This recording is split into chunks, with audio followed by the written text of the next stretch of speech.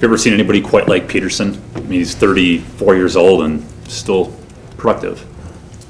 Yeah, I mean, he is one of those guys, that one of the rare ones in the league that can, that defies age. We have one here with Tremont.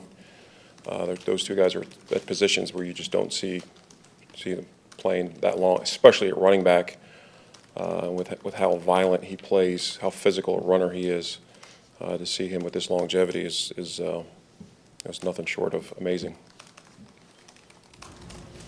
Mike, have you seen your defense make strides in defending the run in recent weeks? And if so, in what areas and how have you made progress there?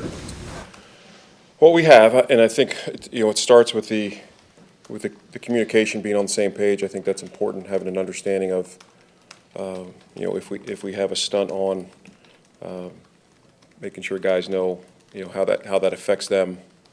Certainly the guys coming from behind, if it affecting gap fits and things like that. And I think we've done a much better job having that understanding. And I just think it's we've preached it, and we've had some games where we've defended the run fairly well, and then would get hit with a big one, and we knew exactly what the issue was. But I just think that we are continuing to grow with it, but have a much better understanding of what we're doing in the run game. Especially some of the younger guys that just didn't have the experience doing it in this system.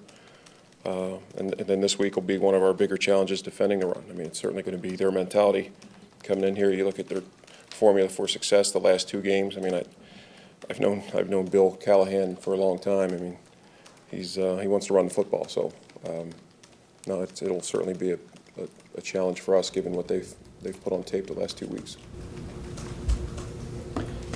Have you had, again, assuming the Redskins come in, they want to run the ball, have you had to play much this year where run defense is the primary focus, that you might just line up with, again, I don't know what your game plan is, but you might just line up with your base defense and slug it out? Again, that's going to be dependent on their groupings, but we certainly will have bigger groupings on the field than we have. I mean, they play with the 6th offensive lineman, I think, more than anybody certainly that we've faced this year. I mean, I think the number just in our breakdown was over 60 plays. So, and that's not including down on the goal line. So, and we're all about matching people. So when they put an extra lineman out there, I mean, we want to make sure that we're matching big with big. I guess my question was going to be: have you liked your run defense when you've been lined up that way? Like, look, they're going to run the ball. We're going to put my run defense out there. Have you liked how you've played in those situations? Yeah, at times, but it's just kind of the story of what we've been. It just hasn't been consistent enough. But I feel good about those guys that are out there on base, whether it's BJ or whether it's OB at the will linebacker spot. Those guys they're going to get tested this week. Mike, I haven't gone through and tracked it, but it seems like you're playing a fair amount of zone coverage on the back end. Are you playing any more zone this year than you did last year? I don't know the numbers to compare just off the top of my head. I would probably thinking that way a little bit. I just know certain games like Kansas City where we wanted to be very protective of the deep ball for sure that we played. I know we played a lot more split safety, especially cover 2 that game than usual.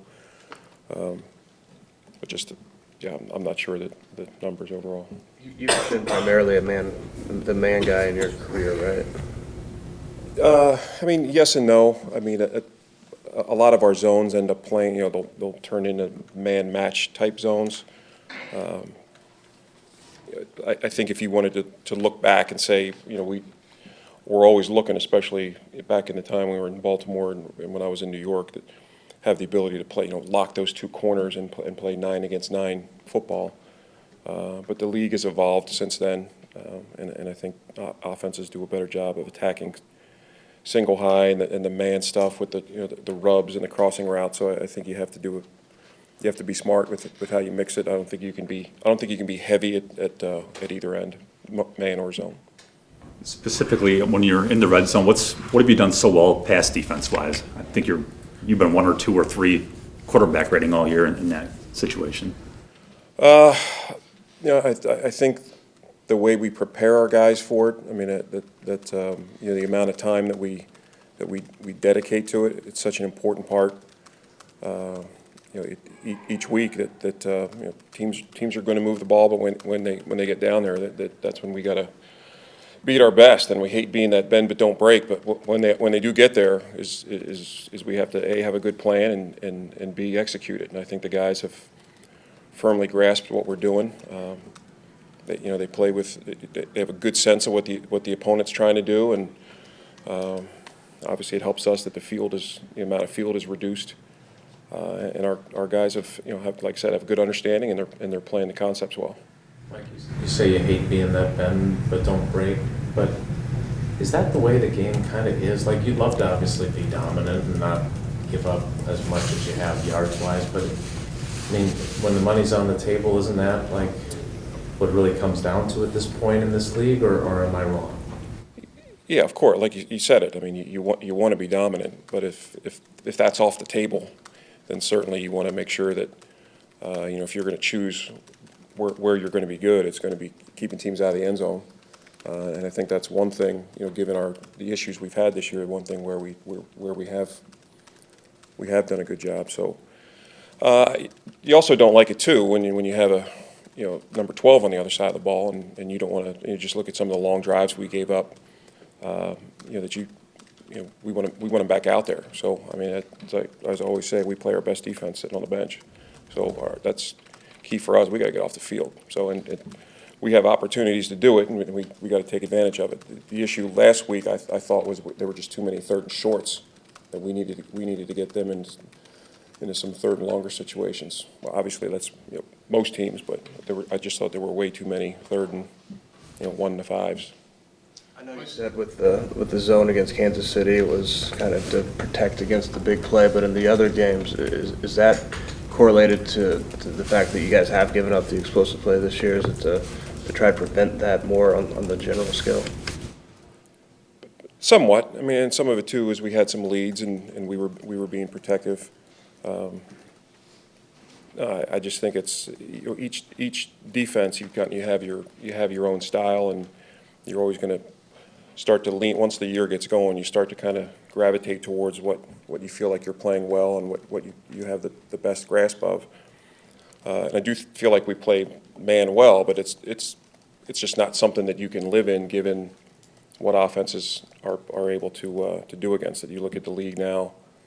I mean, virtually if they're not going quick, there's some type of movement to determine whether it's man or zone. So, I mean, the league just wasn't like that as much, back in the day. So it's, they do a good job of getting understanding of what they're getting. So I think that's probably gotten us out of, playing more man necessarily than because you don't want them to know necessarily what you're in. And we have some concepts that help with that, but that's certainly part of it.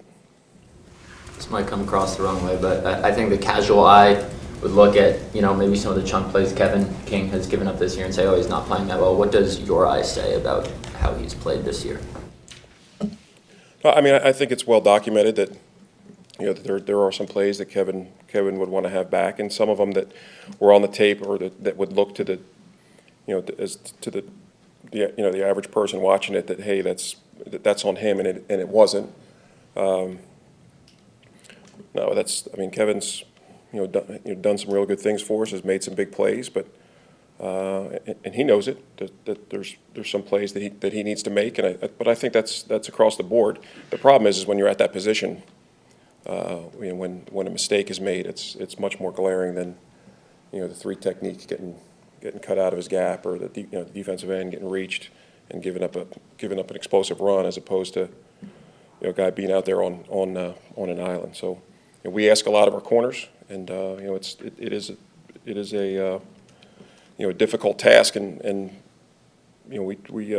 that's why we do mix in the zone. That we try to, even some of the stuff in the man. The interception he had was he had safety over the top, so he could sit underneath, make it look like it was single high, but then he could sit and play underneath it, and made a nice play. So some of that's on me too, helping him out. But Kevin's, like I said, done some good things, and No, he's a guy we can win with. Rashawn's getting about, what, 20 to 22% of the snaps kind of consistently. Is that the ratio you kind of like for him in the context of the room, or does he maybe need to make some plays, I guess, in those snaps to earn some more time? Yeah, I mean, that's hard, and that is kind of like what you're saying. It's the catch-22. You know, they need more snaps to make plays, but they need to make plays to get more snaps. So he's graded out well when he's been in there. He's had a lot of, he's had some good rushes and gotten some pressures. And I know a lot of it, just like Kyler, is that he's victim of two other guys in that room that are playing extremely well and getting a lot of production. So no, I mean he's on a progression. He's on a path that we feel he's made improvement from day one, and we're certainly confident that that's going to continue. There's been a few snaps where you've used him as like a 3-4 defensive end. What did you think of him there and defending the run on those? He's very strong at the point of attack. I mean, we talk about the phrase setting an edge. I mean, he can do it with the best of them. We don't have any issues. That's one thing that we feel that when he's out there, when he is the 3-4 outside backer, that he'll do his job, and he's a difficult block. I think all of our guys are, but him especially. Him and Z probably the most are the most difficult blocks for a tight end to block one-on-one on a perimeter run play. Can he play D-line in your defense? He has played it some. Some of that too is, I mean, he certainly has it in his history.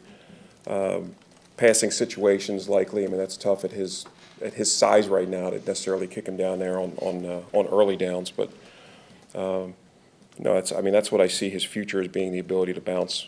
Similar to kind of how we use Z. He can be on the outside early downs and then kick him inside on pass rush situations. Za'Darius and Preston were asked a little bit ago if they would rather 5 QB hits or 1 sack in a game. Za'Darius said QB hits. Preston said 1 sack. Which would you rather? Yeah, I could have predicted that's how that round of questioning would have gone. Yeah, I'm all about just, and I've said here before, I just don't get too wrapped up in the sack numbers, and because of the amount that we pressure and how well we rush and some of the things we do schematically, that when you look at the time the ball's getting out against going into a game, it's usually quicker against us. So we're not going to get that production, and you saw it. You saw it against the Giants. I mean, I thought we did a good job getting to the quarterback and hitting them and harassing them, but we just didn't have anything to show in the sack category. But from a pressure standpoint, a hit standpoint, I think it had an effect as the game went on, and there were some errant throws late in the game, and you'd like to think that had something to do with just kind of that buildup of that pressure throughout the game. 2 more, please. So, Mike, do you think your pass rush is a lot better than it was last year? I mean, you're going to end up, at the pace you're at, you're going to end up with actually fewer sacks, but it does seem like you've affected the quarterback a lot more. Yeah, and that's the bottom line, is affecting the quarterback. I mean, that's we can't control just on the other side, whether it's Max Pro, because just the hidden effect that a good pass rush has is now they have to keep more protectors in, they have to double guys, they have to chip on the edges. That keeps them from getting 5 out right now on the route. Now that helps you on the coverage part of it when they have to dedicate more to the protection at least early in the down. So. Yeah, I would say we are significantly better at pressuring the quarterback this year than a year ago. When you're giving up as many plus 40 plays as you guys have given up, can you tell your safeties, who I assume you think are downhill guys who are aggressive players, can you tell them not to be aggressive? Is there any kind? Is that It's all dependent on the call. I mean, if we're in a single high defense and they're the post player, they know they're the last line of defense. Or if we're in a 2 deep, I'm a half field safety, I know that I'm the last guy on that side of the field. But if I'm underneath and I'm an underneath dropper, or I'm the whole player in the middle of the field, or I'm in man coverage, I can certainly be much more aggressive. So it's really whatever the job calls for that play. And we felt good about where we were. I mean, just looking at last week, and I hate getting into the numbers, but you know, it was frustrating to head into that last drive and give up, you know, then to go down the field that quickly when, especially when we were trying to get some of our guys out and finish the game right, and then gave up some plays and ended up having to make another stand in the red zone. So, no, it's just to finish your question. It's really just dependent on the play call for those guys. I don't look at those guys and say, wow, their issue has been they've been too aggressive. I don't see it that way. Was it getting crazy you had a 3rd and 12, and I think probably you called what you thought was a good defense, and then you give up a 43-yarder. How does that affect how you might call things, you know, later as you go on? It just depends on the circumstances. You know, did they run something different than what we expected? You know, how well did we execute the call? You know, if they were in something different, or their 3rd and extra long offense has changed since what they showed us going into it. You know, do we have to adapt during the game? Are they going more max protection, or is it more, you know, getting the ball out quick? It's all.